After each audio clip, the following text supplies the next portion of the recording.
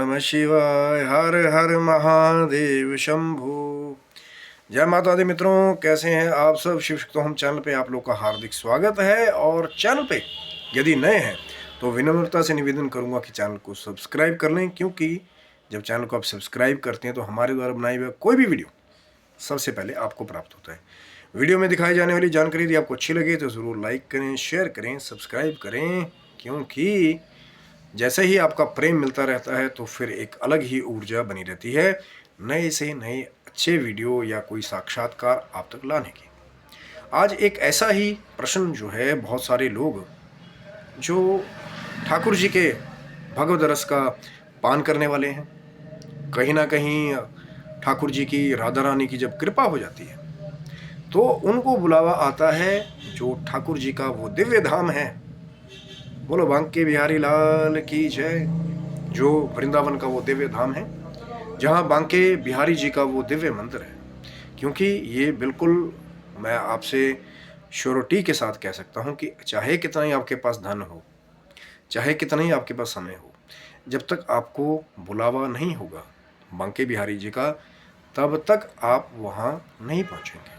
और अगर पहुँच भी गए तो भी बांके बिहारी जी के मंदिर से ही कई लोग जो हैं वो वापस लौट जाते हैं। ये ठाकुर जी की कृपा ही है कि जो विग्रह तक अंदर पहुंचता है, जो बांके बिहारी जी के दर्शन करता है, ये वहीं जाकर के पता लगता है।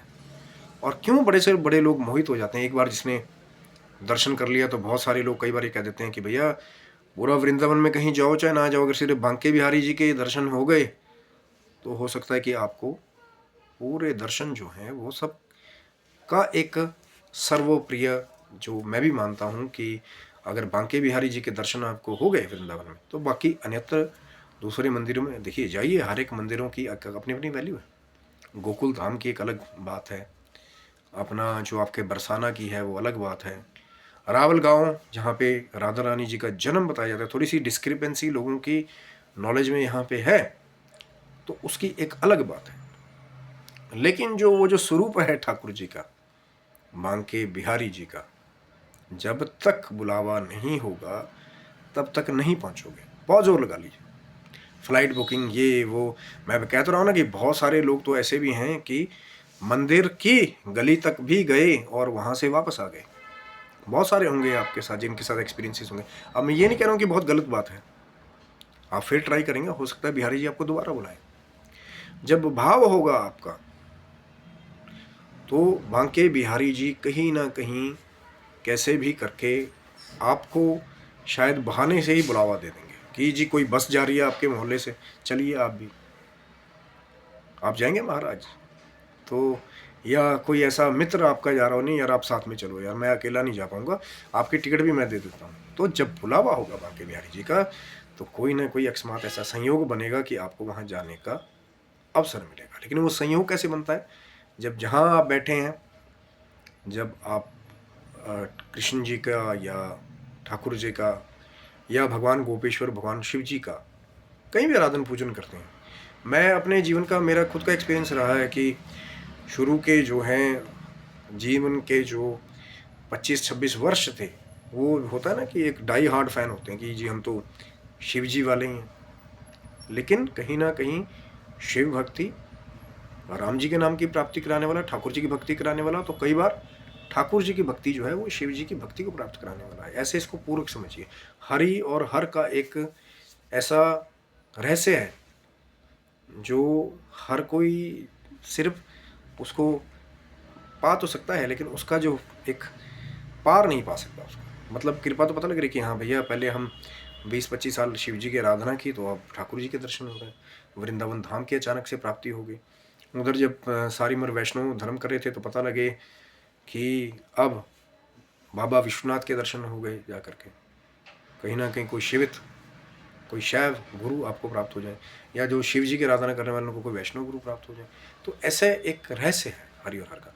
लेकिन आज का जो प्रश्न है वो थोड़ा सा भिन्न है, और बहुत सारे लोगों के जो वहाँ गए हैं उनके मन में भी कई बार उठता है, क्योंकि समय ही इतना कम होता है वहाँ पे जाकर के। आप जाएंगे, एक बांके बिहारी जी का मंदिर ही ऐसा होता है जहाँ मैक्सिमम कभी आप प्रिडिक्ट नहीं कर सकते कि जी आज के दिनों में भीड़ ज़्यादा होगी या कम होगी। मैक्सिमम वहाँ पे जो है भीड़, जो भक्तों का एक आवागमन है, वो ज़्यादातर उस मंदिर में होता ही है।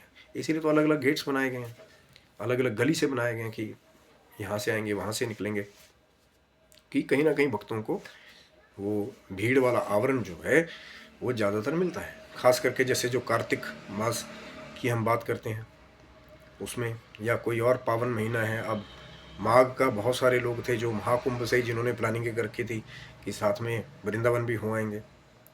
लेकिन अंदर के दर्शन जो हैं महाराज जी वो तभी होंगे, विग्रह तक तभी पहुंचोगे जब बिहारी जी का ऑर्डर होगा। इसको ऐसे समझिए। और कोई उसको खरीद नहीं सकता कि मैं बहुत करोड़ दे दूंगा तो मुझे अंदर स्पेशल दर्शन कराएं। पता लगे कि पैसे भी दे दिया, सब कुछ कर दिया, जैसे ही बिगड़े के अंदर जाने लगे तो चक्कर आने लगे, अब रहा नहीं जा रहा है, भीड़ में सफोकेशन होगी, नहीं मुझे निकालिए यहाँ से, मैं रह नहीं सकता। तो ज़रूरी नहीं है कि आप, जैसे कई लोग बोलते हैं कि पैसे से सब कुछ खरीदा जा सकता है। जब तक कृपा नहीं होगी, वो भगवत कृपा उस जो बांके बिहारी लाल हैं, ठाकुर जी हैं, तब तक नहीं मिलेगा। तो और एक प्रश्न है उससे जुड़ा हुआ, बहुत सारे भक्तों का होता है कि क्यों जब आप अंदर जाते हैं, देखिए जिस समय आरती बिहारी जी की होती है वो एक अलग चीज़ है कि पर्दों को हटा दिया जाता है या आप कांस्टेंट दर्शन कर सकते हैं। लेकिन कहीं ना कहीं एक प्रश्न रहता है कि जब नॉर्मल दर्शन चलते हैं तो बांके बिहारी जी के आगे बार बार वो 2 मिनट में या 3 मिनट में पर्दा लगा देते हैं। वो कुछ खास दिन होंगे, आपके पर खास कृपा होगी, तब वो पर्दा नहीं आपको मिलेगा, वो भी खास चर्चा होती है। नहीं तो ऐसा होता है कि अभी बांके बिहारी जी का दर्शन कर ही रहे हैं, क्योंकि बड़े बड़े मोहित हो जाते हैं।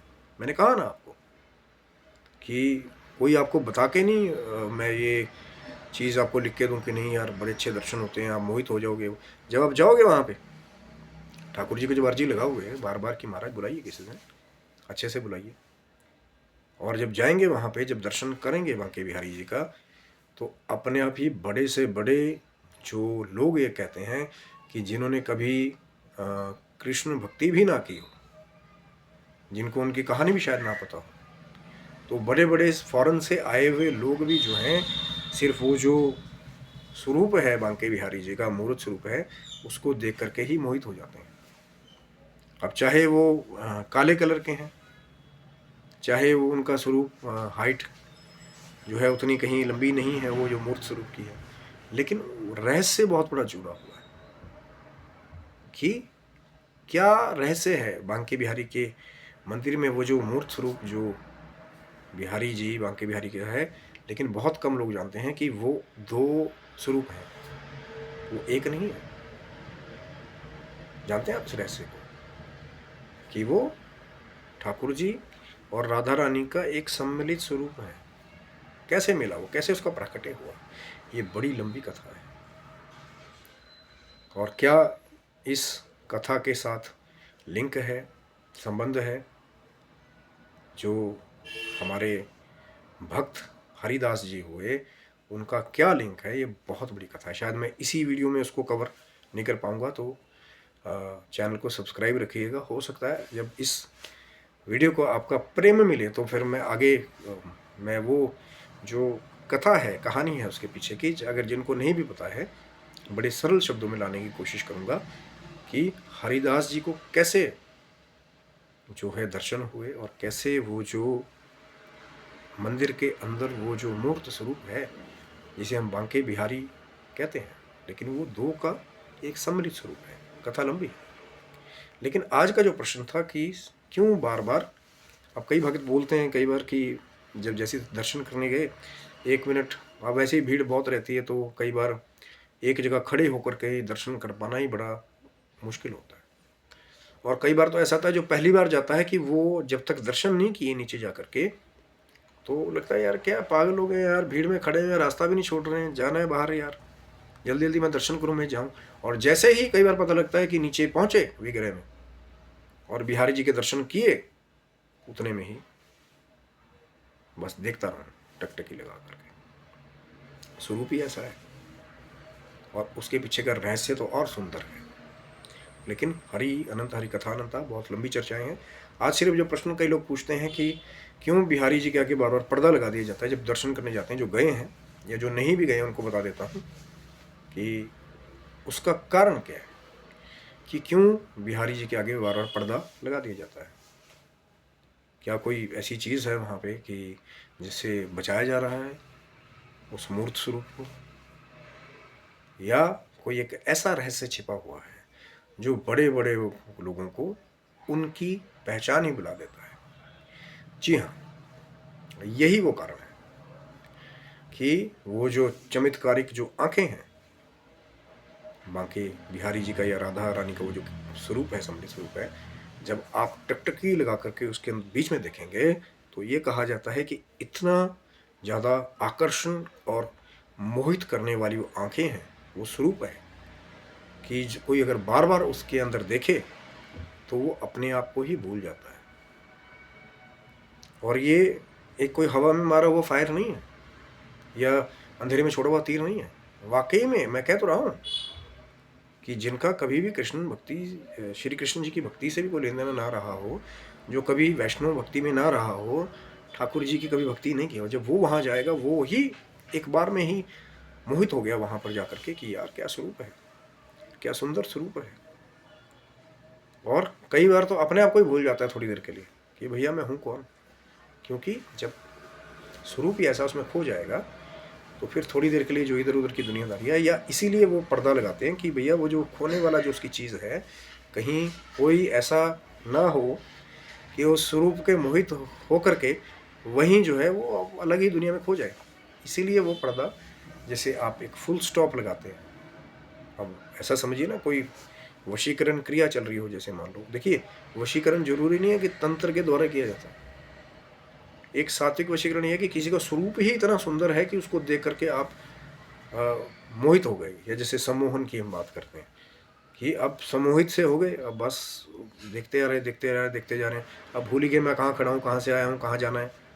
और फिर एकदम से कोई आपको जगाए कि भाई जागो कहाँ हो, तो थोड़ी सी चेतना आएगी। तो उसीलिए फिर वो पर्दा जो है वो ठाकुर जी के, बांके बिहारी जी का जो राधा रानी का वो सम्मिलित स्वरूप है, उसके आगे बार बार पर्दा लगा दिया जाता है। लेकिन कुछ खास एक दिन है, या जैसे आरती के समय जो है वो पर्दा नहीं रहता, लेकिन फिर भी बोलता कि भाई टकटकी लगा के ज़्यादा देखोगे बांके बिहारी जी को तो फिर अपने आप को भूल जाओगे। फिर लोग क्या करते हैं, फिर उनको एक ऐसा रस लग जाता है कई बार कि नहीं यार कभी भी मुझे समय मिले, चाहे 6 महीने साल में, मैंने बिहारी जी के दर्शन करने जाना है। चाहे वो किसी की भक्ति करते हो, हनुमान जी की करते हो, शिव जी की करते हो, माँ जगदम्बा की करते हो, वो एक अलग बात है। प्रणवाक्षर के मध्य, ओमाक्षर के मध्य ये तीनों एक ही हैं। ब्रह्मा विष्णु महेश जो हैं वो ओमाक्षर में, प्रणवाक्षर में एक ही हैं। वो अलग अलग बात है, अलग अलग संप्रदाय अपने हिसाब से किसी की अलग महत्वता को बखान कर रहे हैं, दूसरे अपनी का बखान कर रहे हैं, लेकिन सत्यता यही है कि सभी जो ये कृपाएं हैं, सभी जो स्वरूप हैं, चाहे रचनाकार ब्रह्मा जी का है, चाहे पालनहारी विष्णु जी का है, संहारकर्ता भगवान शंकर जी का है, ये तीनों ही कहीं ना कहीं जुड़े हुए एक है। श्वेतांबर पीतांबर वागंबर अंगे, ओम जय श्री ओमकार करते हैं ना आरती, उसमें बोलते हैं श्वेतांबर पीतांबर वागंबर अंगे। अब किसका है श्वेतांबर? ब्रह्मा जी का, वाइट श्वेत। पीतांबर किसका है? ठाकुर जी का, पीला। और बागंबर किसका है? शिव जी का। तो यही है वो जय शिव ओमकारा, प्रणवक्ष के मध्य मोक्ष के मध्य, ये तीनों एक ही है। ना वो बड़े ना वो बड़े, बस चेले जो हैं वो थोड़ा सा उन्होंने खटाई ज़्यादा खा ली है चेलों ने। तो जो गुरु जो हैं जिनसे वो, जिनकी पूजा आराधना कर रहे हैं, वो एक दूसरे की पूजा कर रहे हैं। शंकर जी ठाकुर जी की आराधना करते हैं, राम जी को भज रहे हैं, ठाकुर जी शंकर जी की आराधना कर रहे हैं, रामेश्वरम तीर्थ की कहीं ना कहीं स्थापना कर रहे हैं, एक लोगों को एक साक्षात प्रमाण दे रहे हैं। लेकिन जो चेले हैं वो लड़ रहे हैं, हमारे विष्णु बड़े, हमारे शिव बड़े, और एक डिफरेंस पैदा कर देने लोगों में। जो सभी दिशाओं में सिया राम में सब जग जानी, करो प्रणाम जोरी जुग पानी, जो सब में ही उस परमात्मा का अंश देखता है पूरी प्रकृति में, उसके लिए सभी दिशाएं जो है वो आनंदित करने वाली हैं। हो सकता है कोई उससे लड़ने के लिए भी आए, उसको इतनी प्यार से वो ट्रीट करे कि वो खुद ही उल्टा उसका फैन हो जाए। साधु संत ऐसे ही करते हैं। बहुत बार हुआ हमारी हिस्ट्री में भी कि बहुत सारे शरारती तत्व जो हैं, किसी और शरारती तत्व ने बता दिया यार ये महात्मा जी की फैन फॉलोइंग बहुत बढ़ती जा रही है, जाओ जाके इसका कुछ करो, ईर्ष्यावश या द्वेषवश। लेकिन जैसे ही उन महात्माओं के स्वरूप के पास वो लोग गए तो उनका हृदय परिवर्तन ही हो गया। पता लगे वो आगे चल के और बड़े भक्त बन गए।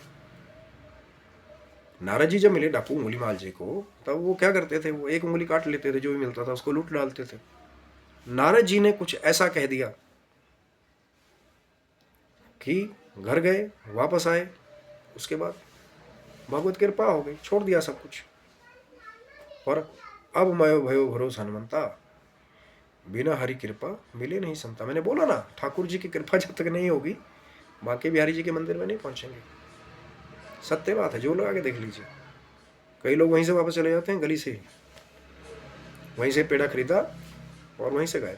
लेकिन जो प्रसाद ठाकुर जी के विग्रह में है तो वो सभी ठाकुर जी का ही प्रसाद है।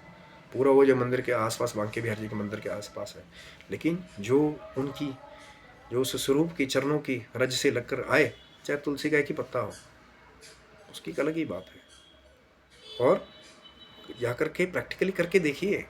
खाली ये नहीं कि हाँ भैया ये है, मैं आपको बढ़ाऊं चढ़ाऊं, नाम बड़े और दर्शन छोटे, ऐसा नहीं है। यहाँ पे तो नाम भी बड़े हैं और दर्शन भी बड़े हैं, जब करेंगे तो पता लगेगा। लेकिन जाइए, जब आप भाव से ठाकुर जी को अरदास लगाएंगे तो हो सकता है अगले ही पल कोई आकर कह दे कि आओ चलें वृंदावन, बांके बिहारी जी के दर्शन करने। यही तो चमत्कार है। मेरे साथ भी जब पहली बार ऑर्डर हुआ बिहारी जी का वहाँ जाने का, कहाँ शिव जी की लाइन में चलने वाला आदमी, तो वो भी एक बड़ी लंबी कथा है कि क्यों मुझे भी पहली बार जब है, किस कारणवश जो है वृंदावन जाने का मौका मिला, कैसे हुई भगवत कृपा। अब मैं ये नहीं करूँगा हम बहुत बड़े फिर संत बन गए, साधु बन गए, एक जैसे फॉलोवर होते हैं, बस थोड़ा सा एक रिसर्चर टाइप की बस लगा कि कहाँ पे कुछ सुपर नेचुरल है, कहाँ पे कुछ थोड़ा अलग सा है, शांत है, थोड़ा सा अध्यात्म से जुड़ा हुआ है, तो पहुँच गए वहाँ पे। और अभी भी जब कभी ठाकुर जी का ऑर्डर हो जाता है तो दास वहाँ पहुँच जाते हैं। कुछ एक बाधाएं कई बार आती हैं, लेकिन आपका भाव बना रहेगा तो कोई बात नहीं, इस बार वापस आ गए वहाँ से, अगली बार फिर जाना। लेकिन जब दृढ़ विश्वास होगा कि दर्शन करके ही वापस जाऊँगा, तो कई बार बिहारी जी भी ऐसा चमत्कार खेलते हैं कि अभी पता लग रहा है कि आगे बहुत सैकड़ों की भीड़ है और 10 ही मिनटों में आप मंदिर के अंदर।